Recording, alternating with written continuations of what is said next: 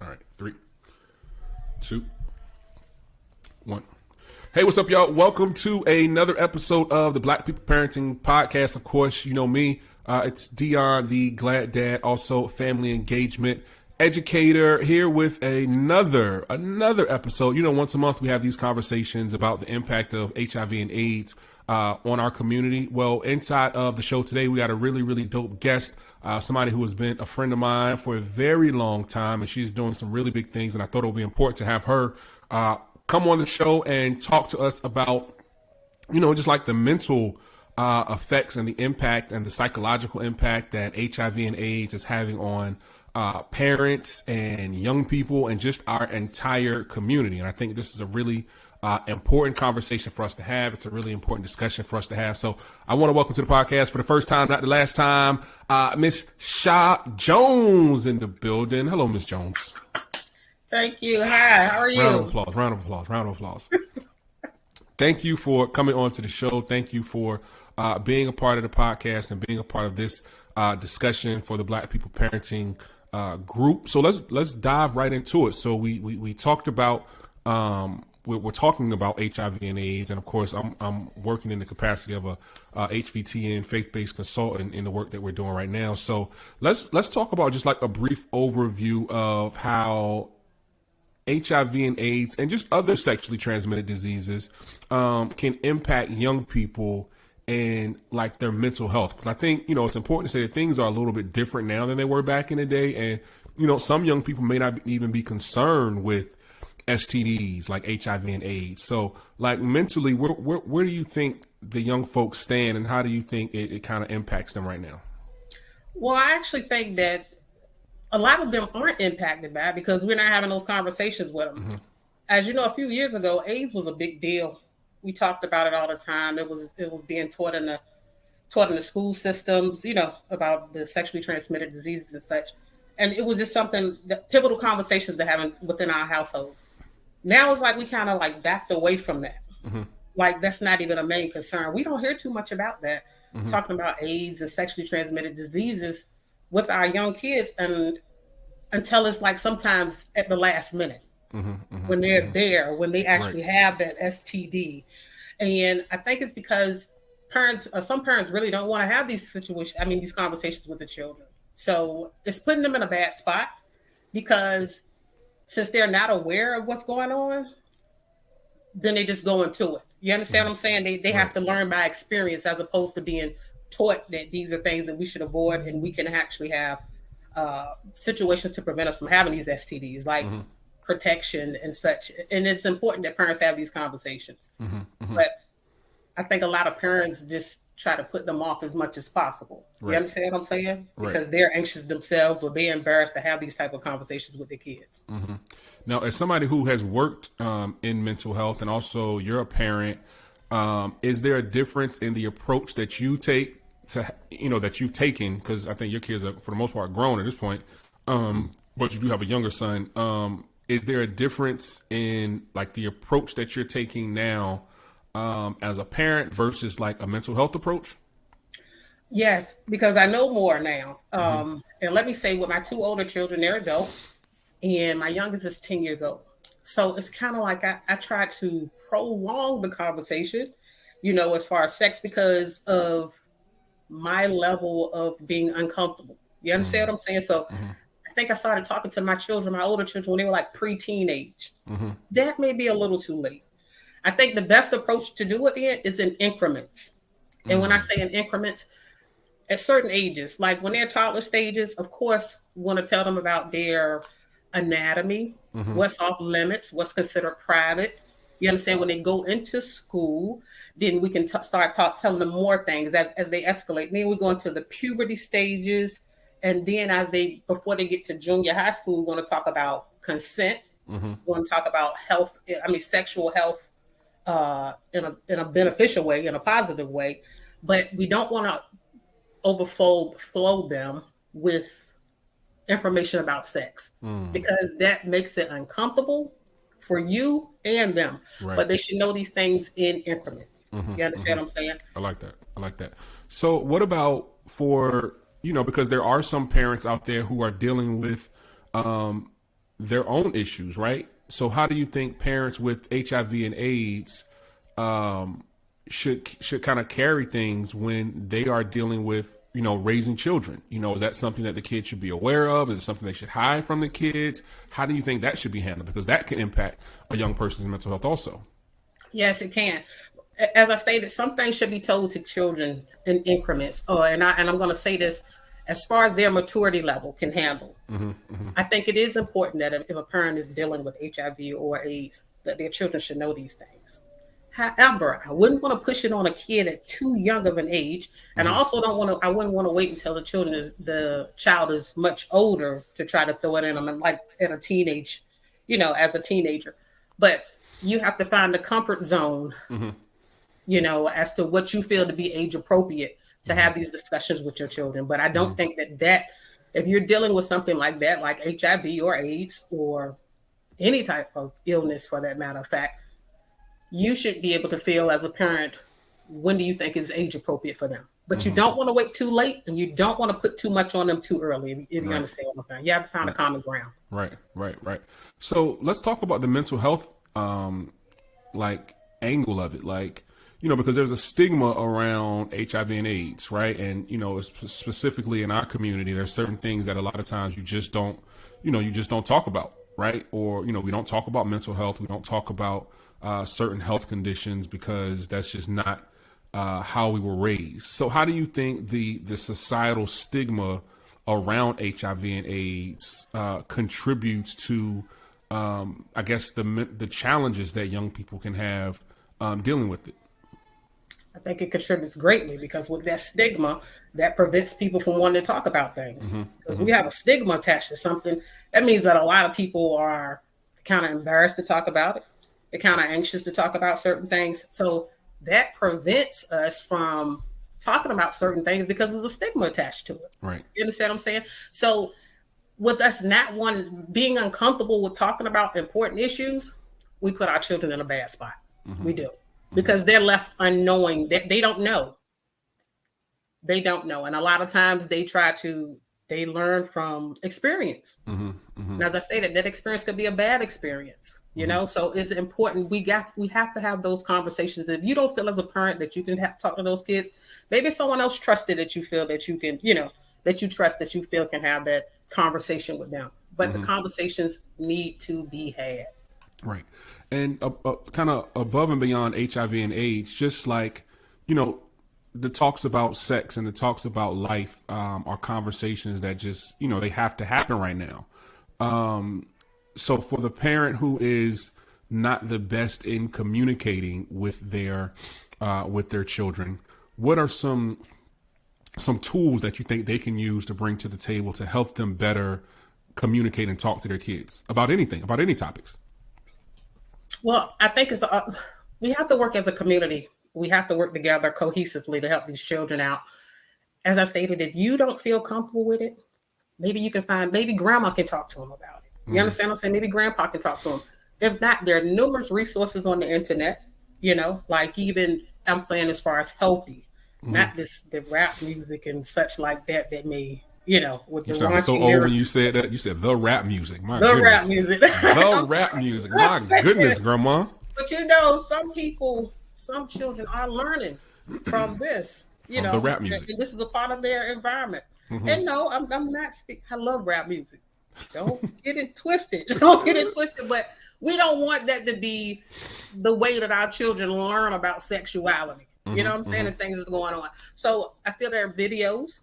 There are a lot of helpful videos that you can go to. YouTube University has a whole bunch of educational stuff, resources. Yes. And I'm going to tell you a way that I found it to be comfortable for me. And this is all in honesty. The heavier part of the conversation with my 10-year-old, I felt like this when they were offering they asked for permission that they could speak to our children about puberty and sex in school. So we had to sign a permission form. And do you know that I felt like it was really a weight off of my shoulders? I really did, because as I keep speaking about parents being uncomfortable and anxious, even as a mental health counselor, I am one of those parents, because I feel like he's going to ask me some subjects that I may not feel comfortable with answering. especially since I am a single mom. You know what I'm saying? And talking to a young man about these things, feeling like maybe I'm going to have to direct him to his big brother or his godfather because I don't think I'm going to have the answer for what he's going to say or what he's going to ask me. You know, Right. so I think we have to, like I say, when it comes to children, we have to work as a community. Get your resources, family members, trusted family members and friends. Even if it's within the school, if they offer that course, let them take that. And go to YouTube University, or there's a lot of other resources that you can go to online to help you with having those uncomfortable talks. So what do you think are some common misconceptions about mental health that a lot of parents are having right now when it comes to their young people? Because I think, I think a lot of us are afraid to have these talks, but also a lot of us don't understand what our young people are struggling with, right? And I think if we knew how hard these young people are fighting certain battles, then we will work harder to help them through. So I want to kind of pivot a little bit to talk about mental health and how we can kind of help these kids get through these mental health challenges. What are some of the misconceptions as parents that you think are out there? Well, one thing about it, I know growing up in my household, it was pretty much that we weren't heard. You understand what I'm saying? A lot of parents, when you tell the children what to do, it's like you don't even have feelings as a child. If you do, you have to suppress them because you get yelled at. What are you over there crying for? I'm gonna give you something to cry about. Yeah, exactly. So you have to listen to your children.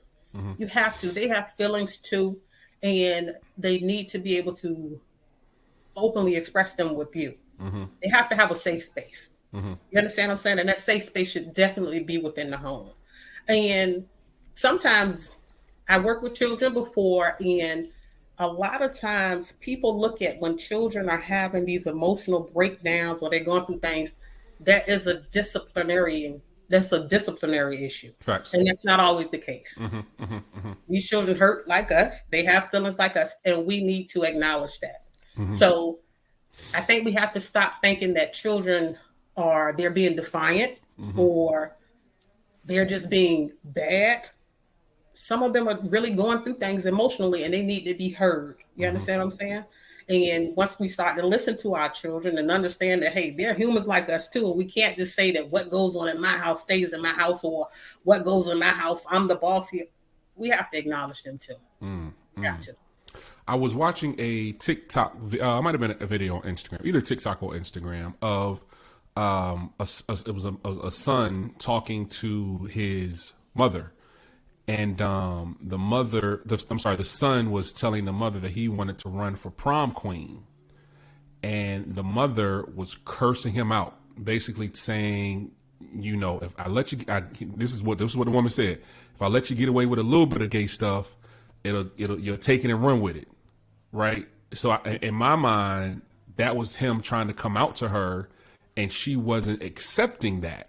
So talk a little bit, if you can, about the young people who are in the LGBTQ community who might not necessarily know how to have those conversations with their parents to come out, and speak to the importance of parents, kind of understand, not kind of, but having a sense of understanding, and why that's important if your child is to come out to you, whether it be blatant or whether it be, in a way that may seem disguised as, oh, I want to run for prom queen, right? Because sometimes the kids may not come out and just flat out say it. But talk a little bit, if you can, about the importance of parents being there as a support system for young people who might be in the LGBTQ community. Right. Okay, now this is one thing too, and as we were talking about, and this is the piggyback off of what we were saying, is about talking to the children about sex. And that's one thing I wanted to say too. It is important to know that all of our children are not going to be or are not heterosexual. You understand? So we have to cater conversations according to their lifestyles. Now, as far as the mother and the prom queen situation, acceptance, I'm going to say this, acceptance does not always mean approval, but she has to accept her son for what, for where he is. That is important. He needs that. Growing up in the LGBTQ plus community, it can be very challenging for these children. And a lot of them are, when they see that they can't get the support at home, a lot of them are reaching out to these suicide lines, or they're really having some serious mental issues as a result of this. Now, I think that some parents, when they find out that their children are LGBTQ and they don't, this is not what they had in mind. I think that first and foremost, parents need to go and speak to a counselor or a therapist themselves to find out, how should I handle this? I don't want to push my child away. They're clearly trying to express themselves to me and tell me who they really are. But we don't want to push our children away from what they really are. Let's not try to make them heterosexual if they're telling us that they're part of the LGBTQ community. You understand what I'm saying? So I think that it's important for parents to know that this will be a possibility. Like I said, all of our children are not going to be heterosexual. And if that time should come, before you even react. That's what I'm saying. Before you even react in a vicious way, like the mom did there, she needs to reach out to a mental health professional to see, how should I handle this situation? Because I don't want to make my child feel that I'm not his support system. Right. So talk about, because you mentioned creating a safe space earlier. I want some tangible things. Like, what does a safe space look like? Like, speak to what creating a safe space. What does that look like in the home of somebody who is raising a child who might be LGBTQ, and the parent came up in a home where it was not acceptable. The parent came up in a home where it was just not tolerated. What does creating a safe space actually look like? Well, the safe space will actually be, even if the parent didn't come up in a household like that, they don't have to remind the child that I wasn't raised this way. You understand what I'm saying? You don't want to do that. You want to actually be able to sit down and have conversations with your child, because then it becomes a problem when your child is not sharing information with you. You understand what I'm saying? I can't figure her out. I don't know what's going on with him. You want to be able to tell them, let them know, you can talk to me. I may not fully understand, but I'm here to listen. I think once the children know that they can be heard and that their decisions are respected, that it makes for a complete safe space for them, for you both. You understand what I'm saying? That way your child will be communicating to you more what's going on in their life, and you can learn more from them too. That's just it. You have to do that. The children have to be heard. You can't keep showing them or telling them, well, this isn't the way that Big Mama raised me. We're not used to that. Okay, we got that. That's understood. And this is not Big Mama's house. This is your house. And times have changed significantly. So that's it. You have to let your child know that they can communicate. They can communicate without being judged. So a safe space. What I'm hearing is that you're saying a safe space is a place where there is no judgment, but more so understanding. That is correct. Right. That's correct. So how can we as parents, how can we stress the importance for young people? Because I've got a daughter in college, and like you said, you've raised two into being adults, and you're raising another one. How can we stress to them the importance of taking care of their physical health, right? Their sexual health when that time comes, but also taking care of their mental health. Because, one thing that I think a lot of the young folks don't understand is that, there's a mental aspect of getting into a sexual relationship with someone. Yes. The soul ties are real. There's so many things that come with, it ain't just laying down, where even though we're in this hookup culture where, a lot of the young folks are living in a place where they swipe left and swipe right and hook up, and you never see the person again, whatever the case may be. How can we explain to them the importance of the connection and the importance of making sure that both your physical health are intact as well as your mental health? Well, I talk about this all the time, about people making emotional decisions and not logical decisions. And let me tell you something. I personally agree that when we choose to have these hookups, as you say, we're making emotional decisions there. And those emotional decisions are not logical for our well-being. You understand what I'm saying? Like you having all this, you're having all these sex with different people, and I strongly believe in soul ties as well. You having all these different relationships with these different people, and you wondering why am I going through these things? Why is life so difficult for me? You have to sit down and you have to think about that. Every time we get into a relationship, sometimes sex may not be involved, especially for young people. And I try to explain to the younger people too that every relationship that you get into, it may not be one that means you need to have sex, because sometimes when we're young, we go through a lot of relationships. You know that. Even as teenagers, you can have a boyfriend in May, and then you can have another boyfriend in July, and then you can have a girlfriend in December. You understand what I'm saying? So it's important that we try to look for, how can I say this? We want to look long term, and as we go into these relationships, is this somebody that I want to be with for the rest of my life? You understand what I'm saying? And that's when we should make those decisions regarding sex and such, because those are very, very critical to our mental well-being. When you keep laying down with different people, you're going to have a whole bunch of different problems. You lay down with dogs, you get fleas. Ain't what old people say? That's it. You're going to have a lot of different problems. And having relations with different people, it can be mentally draining. Like, it may be satisfying for the moment. Right. But then at the end of the day, you're like, I can't believe I just did it with him. I can't believe I just did it with her. Oh, I did it with him too. It can take an emotional toll on you. Right. It can. The numbers start adding up on you. They do. And I feel like this, and I say this too, mental and physical well-being are tied together. When you are mentally down, sometimes people can see it in you physically. Oh, absolutely. You understand what I'm saying? Absolutely. You ain't showering. You ain't taking a shower every day. Yeah, absolutely. Absolutely. Depression is real. That is true. They're connected. That's a fact.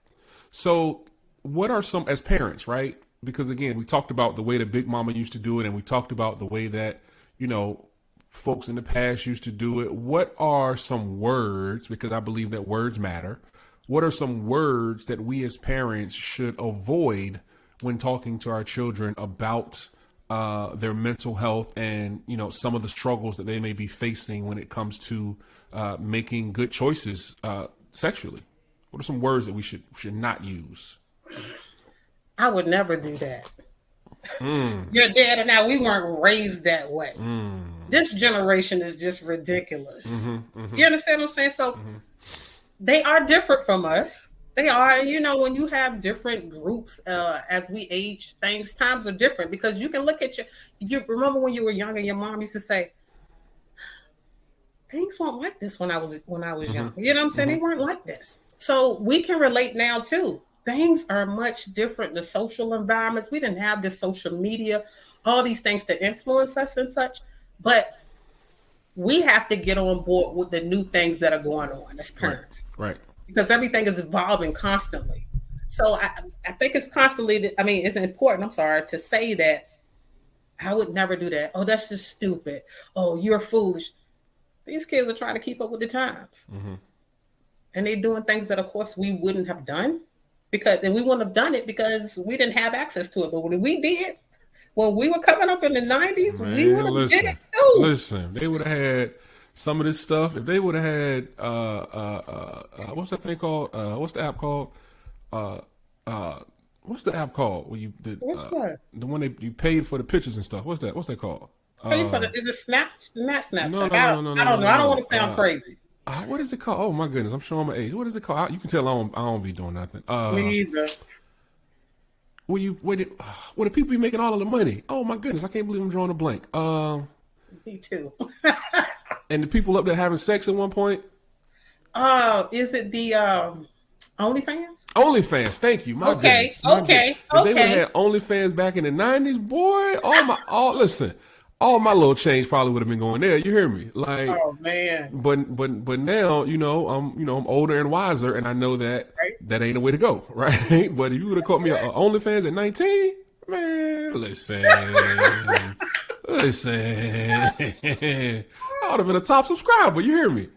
Man. But, but I like the way you said that, because a lot of times we think that the younger generation, they aren't supposed to make mistakes. but I think it's important to understand that the way that we learn is from making mistakes, and the way that the generations before us learned, they made mistakes, and it's just a natural progression of how the world works, right? You got to go through it to get to it, and I think that it's important to be sure that we aren't necessarily coddling these young people too much, because of course we want them to not go through the same things that we did, and we want them to not fight the same battles. But sometimes, you got to hit your head on the wall a couple of times before you realize you got to go around it to get the way you want to go.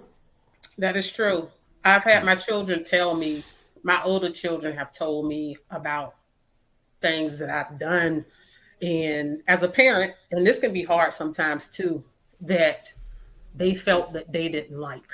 You understand? Or they felt that where I took some missteps. And that can be difficult as a parent to hear where your children say, I think you messed up in this area. And that's okay. That's okay.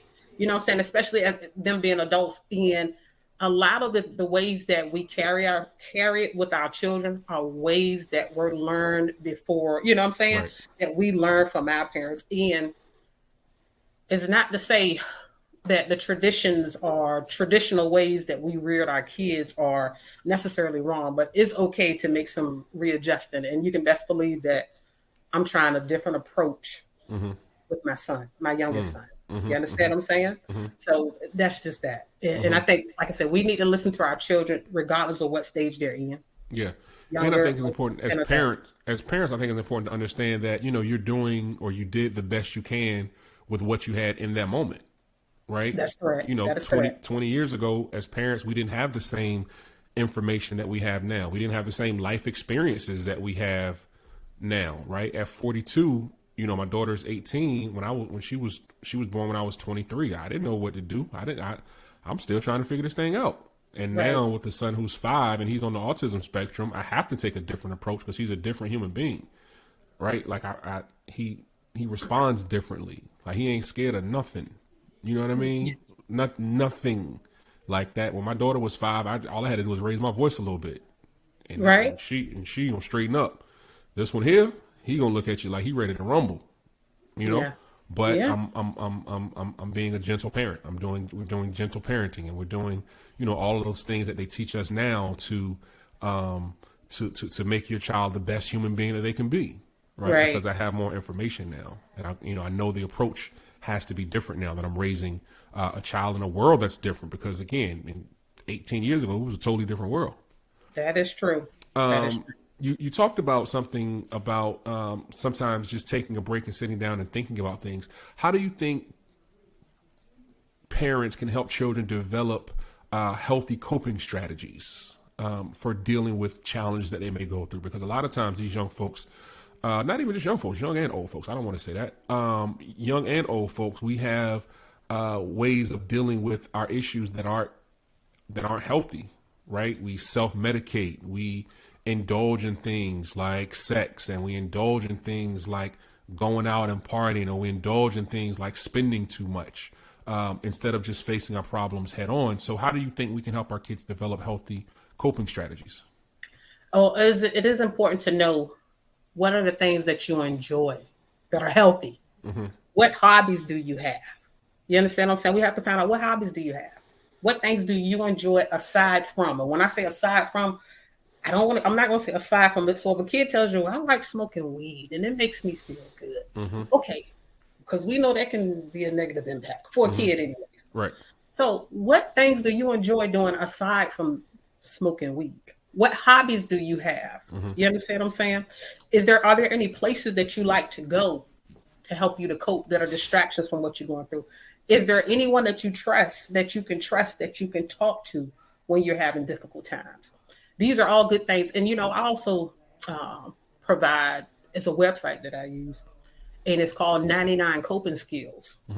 Has different ways that different things you can, choose to do to help you, to distract you when you're having difficult times.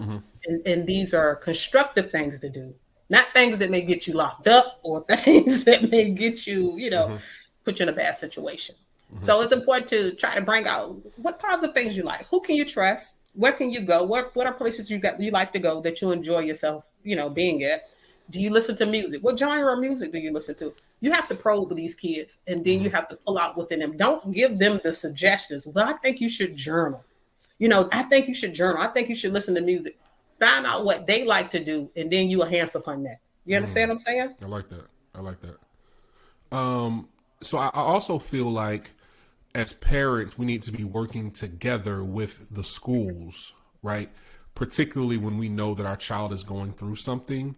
Talk about how parents, what steps parents can take, because a lot of parents can be intimidated by the school system and intimidated by going to their child's school and letting the school system know that there's some issues or bringing up concerns. What can parents do in terms of working with the school system to build a better bridge and build a better connection of communication, of engagement, all of those things when it comes to dealing with a child who might be struggling with their mental health? Well, I think that can be very difficult for parents. And I'm going to tell you why. Simply because a lot of times parents are apprehensive to go and talk to the school about my child's mental health because they feel like this may get me in some hot water. You understand what I'm saying? Especially if the child says something that's going on within the household. So I honestly think that a lot of parents, they don't do it because they don't want everything to come to surface, if you know what I mean. And not all households have situations that are going awry, but just say little Johnny here has he's struggling, he's coping, his mental health is down, he's been diagnosed with oppositional defiant disorder, he's not listening, and in school he's having issues academically, and he's having these emotional outbursts. Okay, so the teachers are telling the parent, we're having some issues here, and the parent just simply says, yeah, he's going through some things at home.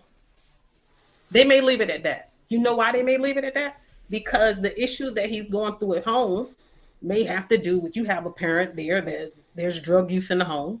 This may put the parent at risk for CPS issues. You understand what I'm saying? So a lot of times, and I'm aware of this, a lot of times parents will suppress that information and the kids will struggle because they don't want to open up a can of worms into what is going on within the household.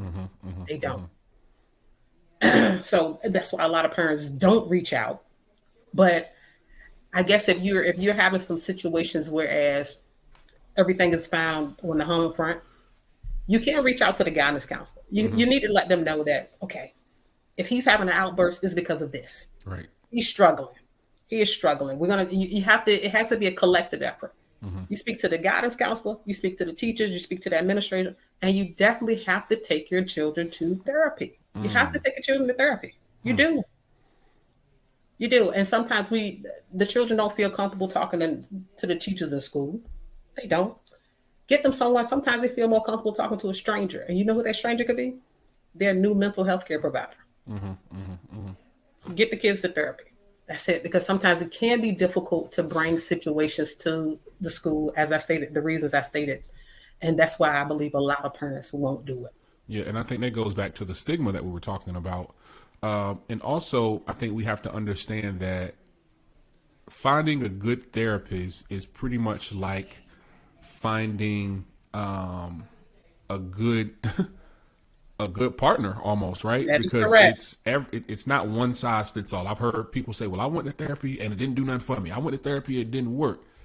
And my retort to that is oftentimes, well, maybe it was that therapist that didn't work for you, right? Because it's not one size fits all. I had to go through before I found my therapist that I have now. It took me maybe a good month to find her. I went to people that I look back on now and I was like, nah, that just wouldn't work, right? But you have to, if one person doesn't work, that doesn't mean that the process doesn't work. It just means that sometimes you have to look for someone else. So what are some tips that for some parents who might be looking for a therapist for their kids? Well, let me say this first and foremost. I have been, as a counselor, I've had someone break up with me. They told me that it wasn't working. So, and that happens. It's not you, it's me. That happens, so it does happen sometimes. I feel that you have to have some commonalities. And let me say this. Sometimes, depending upon the situation, if you just say you have a son here and you're a single mom right? Maybe you want to get him a counselor, and I'm gonna say African American or so. Maybe you want to get him a counselor that can relate. You understand that he can rate but look to as a big brother. You understand what I'm saying? Someone that's young. You have to do your field work when choosing counselors and therapists. Yeah. You do. Yeah. You do. You have to, find some common ground there. Because at the end of the day, if you have, let's say you have a young white child here, a young white male, and you're a single mom, it may be awkward if you try to pair him with the pro-black, you know what I'm saying? Absolutely. Therapist Absolutely. with the kente cloth on and Dr. Umar, like, nah. Yeah, so Little Johnny ain't going to see Dr. Umar. No, sir. You may No, want to sir. find some common ground before you pair these children with therapists. And that's even with yourself too. You got to do your research on it. And it's okay to fire your therapist. And it's okay to fire your counselor. You got to, like you say, you have to find what works for you. I hear a lot of people saying that, I'm just not feeling my counselor. I'm not feeling, well, let her go. It's just that simple, you know? Break up with him, right? Yeah, get you another one. That's just it. You got to find one you got to keep searching until you find what works for you and for your children as well. So what about like the process of kind of understanding that it's like mental health is it's a process that's ongoing, right? Taking care of your mental health isn't something that you just, you go to a counselor or whatever and you just stop because you're cured or because you're fixed. It's, and I think a lot of people think that. How can we as a community get a better understanding of the importance of, taking care of your mental health? I like to compare it to like, if you are in an accident or something like that, right? And if you break your wrist, right, you're going to go to a doctor to help your wrist get healed, right? They're going to set it and take the x-rays and look inside and do all of those things that they have to do. And I feel like we need to do that same work when it comes to our mental health, but we have to be sure that we're diligent about it. So how can we, in our community of Black folks, how can we be sure that that messaging continues to spread, that mental health isn't just a one and done type of situation? Well, and to go back with you, like you say, you break your wrist and you go to the doctor. Not only are you just going to go to you may go to the emergency room if you broke that wrist. Then after that, you may follow up with your primary care physician, right? And then after your primary care physician, he may refer you to physical therapy, right? So it's a collective effort. In addition to just going to a therapist, you have to consider self-care as well. You have to consider your physical care as well. All of these things have to go together. You understand what I'm saying? So talking to the counselor, that should be an ongoing thing. But just talking to the counselor is not just you have to put in the work yourself too. You understand what I'm saying? You got to put in the work and you have to take heed. Do those homework assignments that they give you. Put those thoughts out on paper. You understand what I'm saying? Find some therapeutic things and find you some good coping techniques that you can use when you find yourself going through that mental downward spiral. You understand what I'm saying? So these are very important. So it's not just the mental health counseling. We can't stop there. As I stated, the mental health counseling, you have to do what do you do for self-care? Let's go get some exercise in that. And also another thing that we fail to realize too, our eating habits. A lot of these things contribute to how we think and how we're feeling. You understand what I'm saying? So those are important as well. So it has to be a collective. It has to be a collective. You have to have a whole plan in place when you're trying to make sure your mental health is intact. So for the parents who are looking for a therapist, like how does that process start? Right? What is the process of, if let's say I'm a parent who's never been to a therapist, never been to a counselor, never had any sort of mental health assistance, right? And my child is struggling with their mental health. What does the process look like for me from beginning to, I guess I don't want to say end, but how does the process begin and how does it continue? Well, one thing you can do, even if you don't want to go into detail, there's a lot of community resources out here. You understand what I'm saying? You can get recommendations from your, even your primary care physician. You understand what I'm saying? Their primary care physician or the pediatrician, for the children.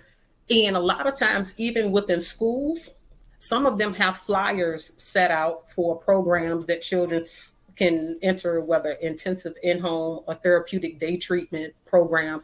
Pick up a flyer. No one has to see you picking up the flyer. If you don't want to discuss these things with the guidance counselor or with the principal, if you don't feel comfortable with that. So, and also the resources online. Check with your insurance companies. You understand what I'm saying? See which mental health options you have for your child. Who's accepting your children for therapy? What different types of therapy they can do too? Are they going to need the therapy within school? That's called therapeutic day treatment. Are they going to need this therapy after school? That's called intensive in-home care. You understand what I'm saying? Do they need inpatient care? Do they need outpatient care?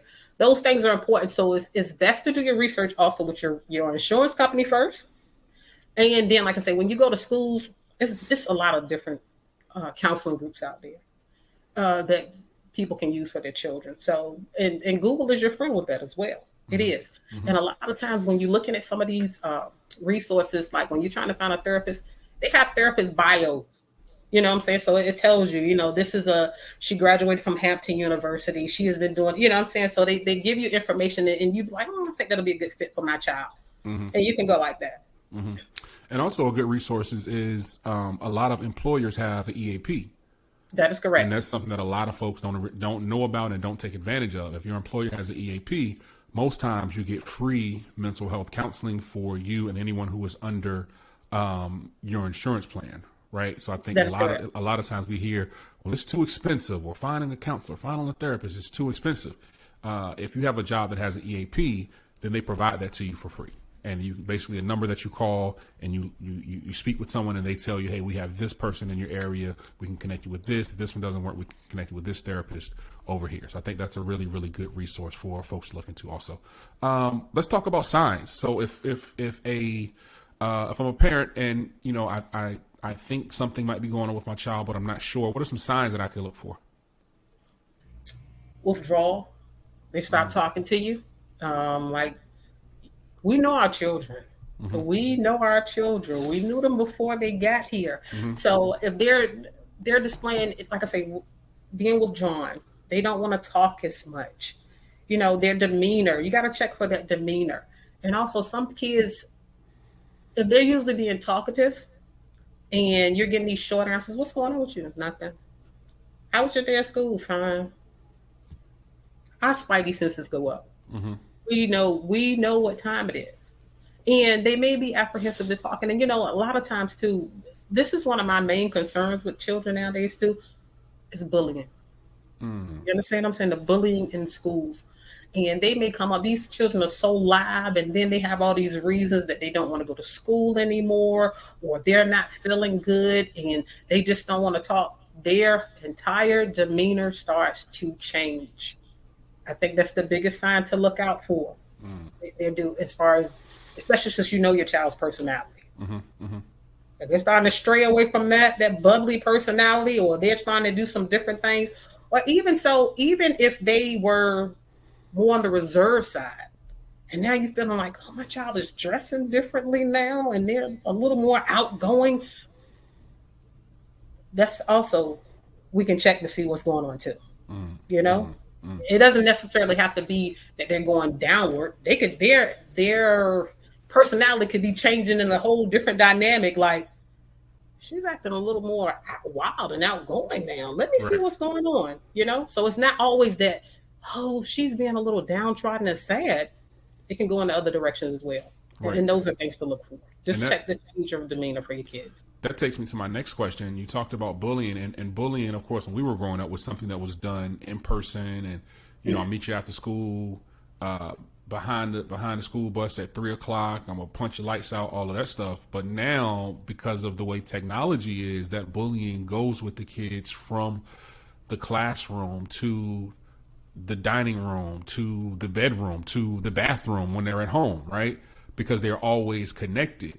What role do you think, this is a two-part question. What role do you think that technology plays in the mental health of young folks, and how can we as parents be using technology to our benefit, right? For their mental health, for their sexual health, for all of these things that we're talking about, how can we then use technology to our benefit?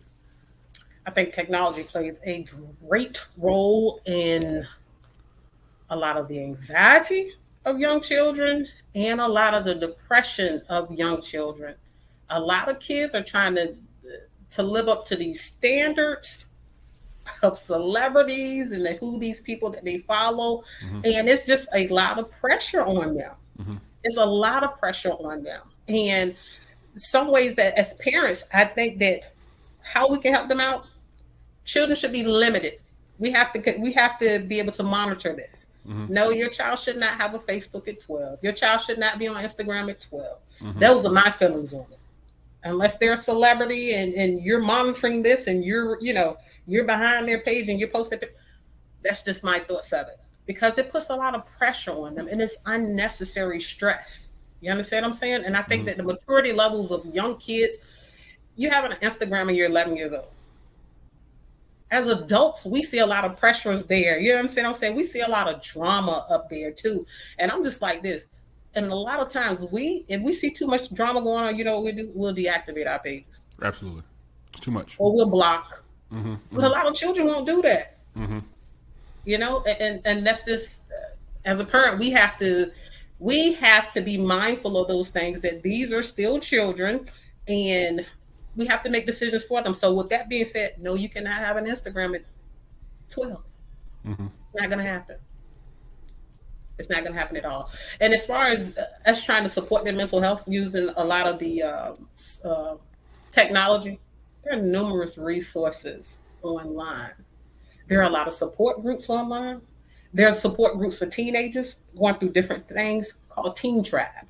You understand? So if children don't want to speak with their parents, if they don't want to speak to a counselor, you can find a support group of other teens that are going through similar situations, whether it's eating disorders, whether it's bullying, any of those things, whether it's even substance abuse. You can actually go to different little support groups online where you feel comfortable with. And I think that we need to put these resources out to our children. Look, if you don't want to talk to me, there are actually support groups online for teens that you can actually go to yourself.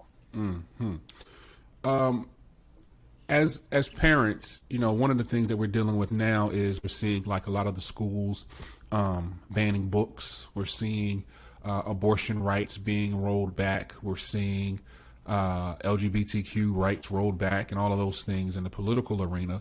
How can we have conversations with our young people about things like that to help them kind of get a better grasp on how they should handle these things, right? Because it's kind of hard to talk to. It's a different conversation with our children about, sex ed or sex than it was 20 years ago now that Roe versus Wade has been repealed. It's a different world having conversations about, reading and things like that with our kids when, politicians are banning books. And I think that is going to have a huge impact on the mental health of our generations to come. So how can we have certain conversations with them, or what conversations should we be having? I think it's a better question. What conversations should we be having with these young folks about all of these changes that are happening within our society right under our noses? Well, it's a lot of things changing, and especially as far as even you spoke about the abortions and LGBTQ, even as far as they're trying to erase the history about what happened with slaves and such. Right. They want to remove those things too. Facts. I think that because we have this knowledge, it's important. We can't just let the schools teach our children. As a parent, we have to play a role in that too. It doesn't stop at the school. We have to let them know. Because I tell my son about those things all the time, about slaves, because guess what? He was thinking for a long time that the Pilgrims and the Indians were friends. You understand what I'm saying? So it is our responsibility, the things that they're pulling out of the schools as a parent, because we do have the knowledge, we know what's going on. We have to let them know about the things that actually are. Even though they're removing these books, they're trying to remove these whole narratives from our history and such.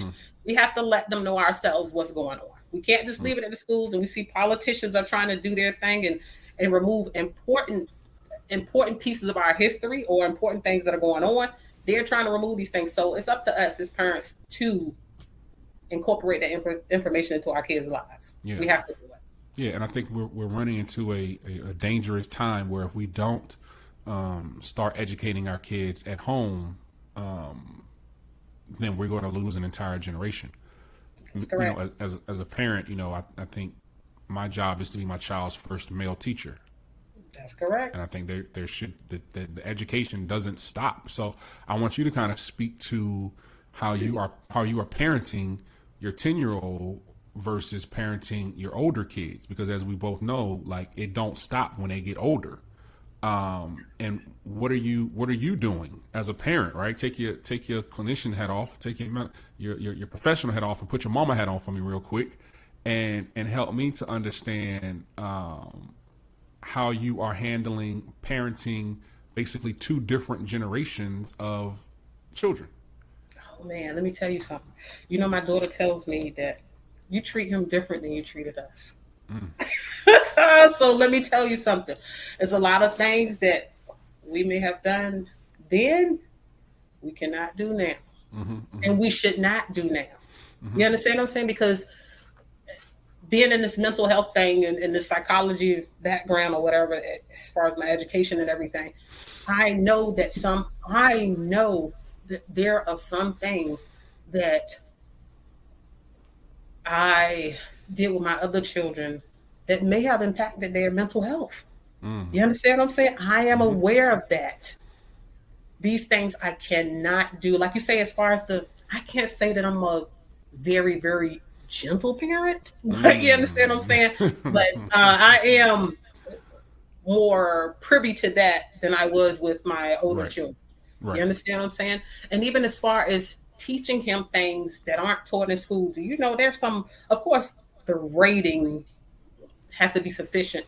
But if I'm watching certain YouTube videos about our history and such, I don't mind sharing it. Come here and look at this video with me. This is what really happened. This is what's really going on. I'm saying this as far as our history and such. You understand what I'm saying? So to teach them things about that. But as far as the mental health aspect, I used to have these conversations with my children, my older children, when they were teenagers. Are there any gripes? Are there any situations that you all want to talk to me about? You know what I'm saying? And we'll have those every once in a while. Speak now, And forever hold your peace. yeah, that's what I used to tell them because I know that they had these feelings, but I didn't do it often. But this young man here, I'm a single parent with him. It was different with them because I was married to their father at the time. You understand what I'm saying? I'm a single parent with him. So I want to ask them, I ask them questions. So do you feel a way that your dad is not in your life? I have to have these conversations with him. How are you feeling now? Are you feeling okay? I check in with him from time to time, and it's more so often than I did with my older children. And I want to make sure his mental health is intact. Right. You understand what I'm saying? Because I've heard stories about some of my older friends, and they will say how their sons grew up and they were okay. But when they become adults, they want to know it really impacted them that their fathers weren't there. Yeah. And I just want to know, I want to talk to him like we're talking about the sex thing in increments. Are you okay today? I'm going to check in again in the next month and a half. Are Right. you okay with him not being here? You know what I'm saying? So I want to know these things. And I didn't move like that with my children. I didn't ask them, my older two children, how they felt all the time. You understand what I'm saying? I just would say, how's your day going? Right. And they either just going to say, good, or it was okay. But him, I try to get him to elaborate and I probe a lot more. Yeah. And that's just that. Yeah. And it's funny that you said that, how your friends didn't understand the impact of being raised without a father. I tell people all the time, I didn't realize that my father was shot and killed when I was 11 years old. I didn't realize that I missed my father or that I wanted to have a relationship with him until I was 35. I was 35 years old. I was sitting in my driveway and I said to myself, damn, I miss my dad. Right. 24, I ain't the best at math. What's that, 24 years later? Yeah, 24 years later. So it has an impact, and I think things like that are important, and conversations like that are important, and it's important that we kind of hold ourselves to the fire when it comes to having these conversations that may not always be easy to have, may not having the conversations where we're going to come out as the hero, Right. may not having the conversations where, it feels good to us, but those conversations are important for us to have not just, like you said, on a one and done type of situation, but regularly have these conversations with our young folks. Because if we're not having them, then who gonna do it? That's correct. Right. I also want to make sure that if my son is telling me that he's really going through some things, I want to get him in therapy. For sure. You understand what I'm saying? And even if I am a mental health care professional, I'm his mom. So, you know what I'm saying?